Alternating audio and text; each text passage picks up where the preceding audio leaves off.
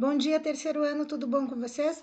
Vou corrigir agora com vocês a meta 4, módulo 5, capítulo 15 de produção de texto.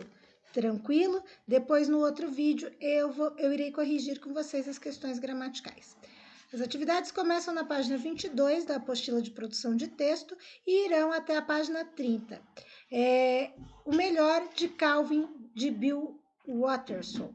E a tirinha diz o seguinte: aonde vais tu, delinquente infante? Haverá ainda vilania que não tenhas cometido? Fazes mau juízo de mim, ajo intempestivamente, e o Zefir mais elaborado ostenta mais tramas do que eu. Contudo, não me detenhas, posto que resolvido estou a deixar este lugar incontinente. Como queiras, mas sê sabedor que breve se me revelarão teus intentos. Por ora, vai-te, traste. Confia que sou inocente. Santo palavreado, será que não tem um seriado de polícia onde eles falem que nem gente de verdade? Shhh. E aí nós teríamos que interpretar algumas questões referentes a esta tira. Questão número 13 diz o seguinte: na tira, explora-se de modo proposital a incoerência estilística. Explique essa afirmação.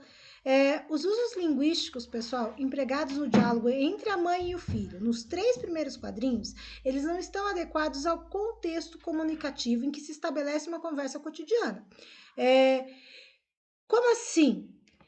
Os 3 primeiros quadrinhos mostram a mãe e o filho conversando, usando uma linguagem extremamente formal, coisa que não acontece no dia a dia. Mães e filhos normalmente conversam num linguajar mais coloquial. Como é que a gente comprova isso? Pelo uso do vocabulário incomum para essas situações, como, por exemplo, vilania, infante, zefire, intempestivamente, etc. Além disso, o emprego da segunda pessoa do singular, vais tu. Normalmente a gente, ou fazes, queiras, normalmente não utilizamos a segunda pessoa do singular para conversar, uma fala informal. Isso no nosso português brasileiro, claro. O uso da incoerência estilística é proposital porque corresponde à imaginação do menino em sua tentativa de representar em seu cotidiano os usos linguísticos que ele nota no programa de TV. Então, ele percebe que nos programas de televisão é utilizada determinada linguagem e ele tenta reproduzir este tipo de linguagem. A questão 14 trazia o texto O Milagre das Folhas. Esse texto eu não vou ler aqui, acredito que vocês leram em casa. E ele pergunta: o pronome isso constitui uma anáfora. Sobre ele é correto afirmar que, vocês têm que lembrar do conceito de anáfora e catáfora, que anáfora vai ser o pronome que faz referência a um termo citado anteriormente a ele no texto. E catáfora é o pronome que faz referência a uma expressão ou uma palavra citada posteriormente a ele no texto. Tranquilo?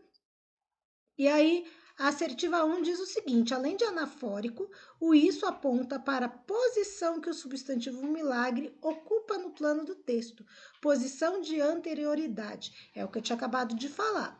Anáfora vai sempre apontar, o pronome anafórico vai apontar para algo dito antes no seu texto, isso é verdade. Número 2, retoma a expressão ouço falar, ouvir falar de milagres e aponta para a anterioridade dessa expressão no texto. Isso também é verdade. A questão 3, tem conotações afetivas? Não, o pronome não tem conotações afetivas. Tranquilo, pessoal? Questão 15, vocês tinham um outro textinho aqui. E aí ele pergunta: uma afirmação paradoxal contém uma contradição interna. Um exemplo de afirmação paradoxal é identificado em. Aí eu tenho que lembrar o que é paradoxo, certo? Paradoxo é uma espécie de antítese, lembra que antítese são 2 ideias contrárias, mas no paradoxo são 2 ideias contrárias que não têm solução aparente. Como assim? Vou dar um exemplo para vocês. Quando eu digo ferida que dói e não se sente. 2 ideias contrárias, doer e não sentir, mas você não tem como solucionar essa ideia contrária. Porque como assim uma ferida que dói e você não sente? Isso é um paradoxo, não tem uma explicação lógica e racional para essa proposição. Tranquilo? E nesse sentido, eu teria que marcar a letra B, guerra, gente que se mata por um pedaço de terra ou de paz. Por quê? Cadê o paradoxo? Você se matar por paz, certo? Porque eu me matar por guerra, ok, tem uma similaridade ali. Agora, você se matar por guerra ou por paz, são duas. Mata por um pedaço de terra ou de paz, perdão. Você se matar é contraditório à ideia de paz, certo? Então, eu crio um paradoxo quando eu digo que eu estou me matando por paz, porque são duas ideias contrárias sem uma solução aparente. 15. Leia a tira abaixo para a resolução da questão. E a tira diz o seguinte: eu odeio filmes em que os leões comem os homens. Como um animal pode matar uma vítima inocente? Explique isso à galinha que você comeu no jantar, diz o Garfield. E aí, vamos para a questão. O desenvolvimento argumentativo do personagem revela uma contradição. Por quê? Ou uma vez que, perdão, os humanos baseiam sua alimentação na carne de animais inocentes. Então, assim, ó, ele fala, notem lá, eu odeio filmes em que os leões comem os homens, e ele fala que ele acha, de certa forma, hipócrita o leão comer uma vítima inocente. Mas, ao mesmo tempo, ele, enquanto homem, enquanto ser humano, come, se alimenta, porque a base da alimentação da maioria, eu diria, dos seres humanos atualmente, é a base de carne e também de outros animais inocentes, né? Esta carne é de outros animais inocentes. Questão 17. Você vai ter um poema do Carlos Drummond de Andrade, certo? Esse poeminha eu vou ler rapidinho aqui com vocês, que diz: igual desigual. E ele diz o seguinte: eu desconfiava. Todas as histórias em quadrinhos são iguais. Todos os filmes norte-americanos são iguais. Todos os filmes de todos os países são iguais. Todos os best-sellers são iguais. Todos os campeonatos nacionais e internacionais de futebol são iguais. Todos os partidos políticos são iguais. Todas as mulheres que andam na moda são iguais. Todas as experiências de sexo são iguais. Todos os sonetos, gazéis, virelais, cestinas e rondó são iguais. E todos os poemas em verso livre são enfadonhamente iguais. Todas as guerras do mundo são iguais. Todas as fomes são iguais. Todos os amores iguais, iguais, iguais. Iguais todos os rompimentos. A morte é igualíssima. Todas as criações da natureza são iguais. Todas as ações, cruéis, piedosas ou indiferentes, são iguais. Contudo, o homem não é igual a nenhum outro homem, bicho ou coisa. Ninguém é igual a ninguém. Todo ser humano é um estranho ímpar. E ele te pergunta o seguinte: o poema de Carlos Drummond de Andrade se caracteriza por uma repetição considerada estilística, porque é claramente feita para produzir um sentido. Pode-se dizer que a repetição da expressão são iguais é empregada para reforçar o sentido de constatação da igualdade entre fenômenos diversos. Tranquilo? Vamos lá, pessoal. Já estou na página 25, era até a 30. Agora, são exercícios complementares, tá? Então, o que eu vou fazer aqui com vocês? Eu não vou ler os textos de novo, mas eu vou passando para vocês o gabarito. Qualquer dúvida que vocês tiverem, vocês vão me perguntar, certo? Eu tenho aqui a questão que diz: os versos de Carlos Drummond de Andrade que mais adequadamente traduzem a principal mensagem da figura são. Vamos analisar a figura aqui mais de pertinho. Então, você tem que olhar para a figura e analisar todos os versos que nós temos ali. Tem algumas pessoas andando, um coração, a imagem de proibido ali, junto com o coração. E aí, se vocês forem lá para o verso da D, proibido passear sentimentos tênues ou desesperados nesse museu do pardo indiferente. Veja que tem a ideia de passear ali com as pessoas caminhando, o coração proibido, então esse seria a que mais se encaixa com a imagem. Aí você tem, essa é a questão 2, aí você tem a questão 3.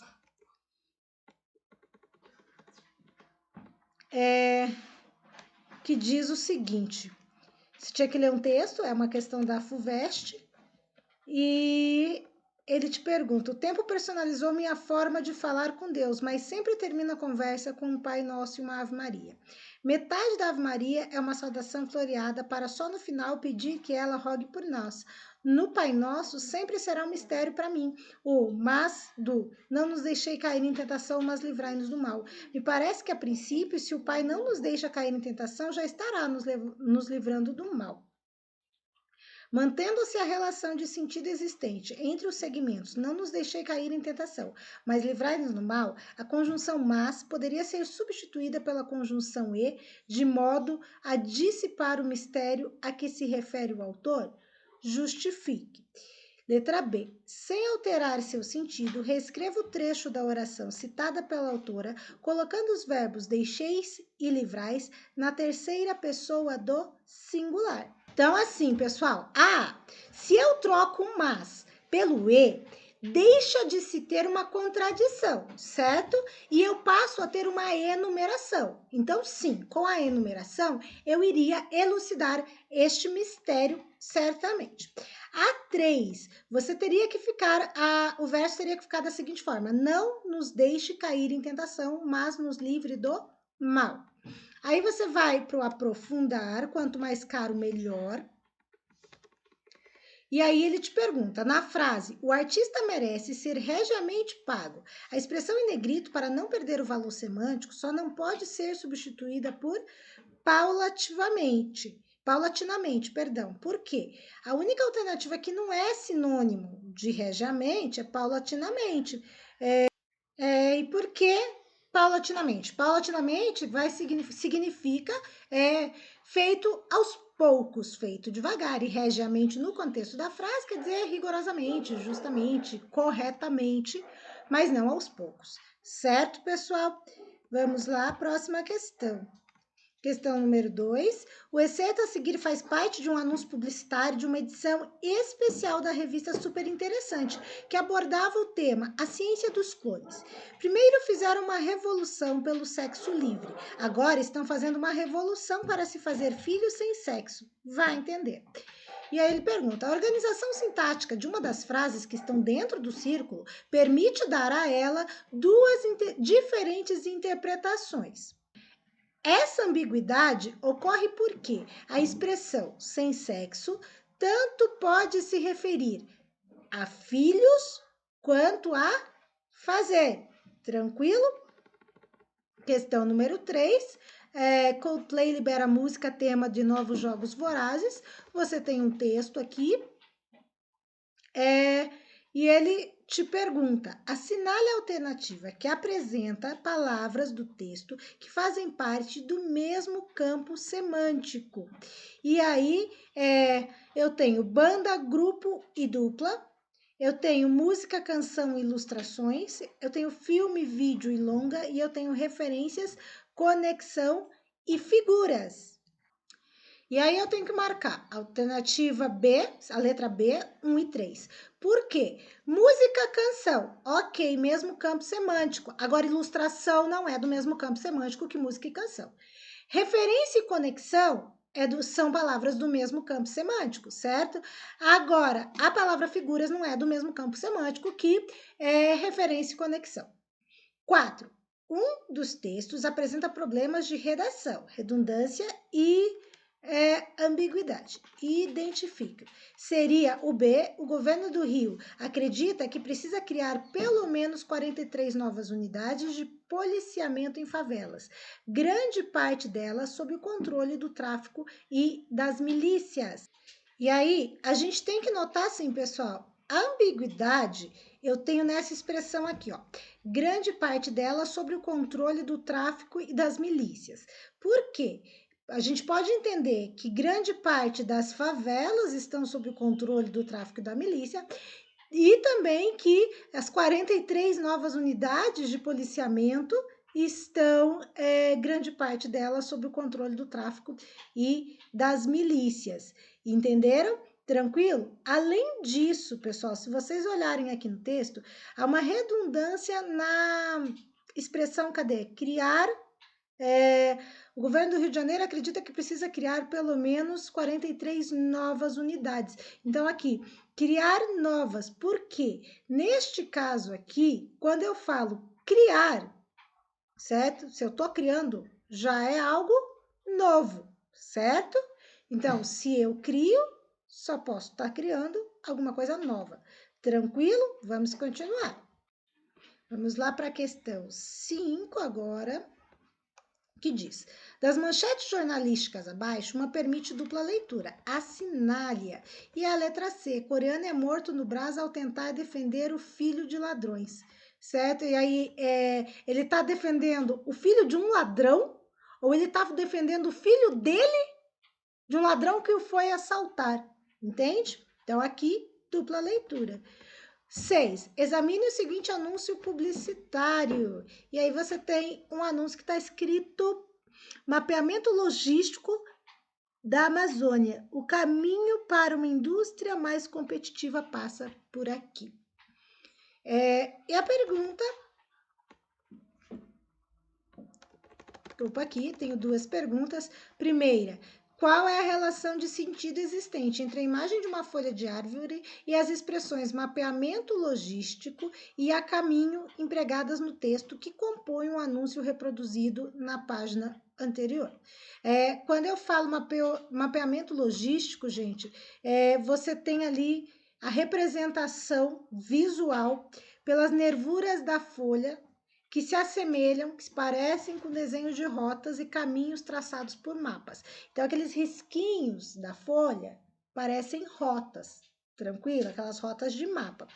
Esse mapeamento é necessário para quê? Para a gente planejar, para o planejamento estratégico de desenvolvimento de uma indústria competitiva na região da Amazônia.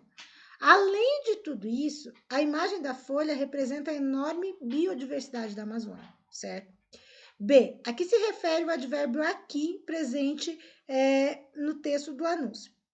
O advérbio vai se referir ao mapeamento logístico da Amazônia e, de modo figurado, a toda a floresta representada pela imagem da folha de árvore.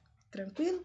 Aí você tem a questão número 7, que diz: qual a relação de sentido existente entre o título mal traçadas e o assunto do texto? Aí vocês leram o texto, né? Vocês vão perceber que essa expressão mal traçadas linhas tornou-se um chavão muito frequente no gênero carta pessoal, cada vez mais em desuso. O título do texto vai ironizar as mudanças no sistema postal decorrentes do avanço tecnológico, que neste caso se refere à extinção da profissão do carteiro. Sem alterar o sentido, reescreva o trecho, conformado à marcha inelutável da modernidade tecnológica, substituindo a palavra conformado por um sinônimo e o adjetivo inelutável pelo verbo lutar, fazendo as modificações necessárias. Exemplo: marcha inevitável da modernidade tecnológica igual a marcha da modernidade tecnológica que não se pode evitar. Tem uma sugestão de resposta para vocês, que seria resignada à marcha da modernidade tecnológica contra a qual não se pode lutar. Questão número 8 diz: no texto da reportagem ocorre o emprego de uma palavra própria da linguagem informal, que é topão.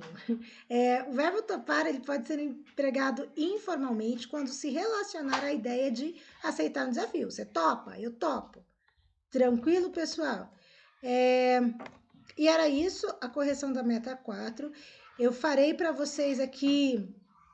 Quer dizer, desculpa, essa semana nós começaremos a meta 5.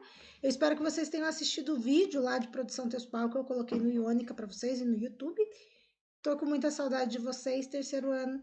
Qualquer dúvida, qualquer coisa que precisar, me chama lá no Iônica, que eu estarei disponível para ajudá-los. Certo? Beijo grande. Tchau, tchau.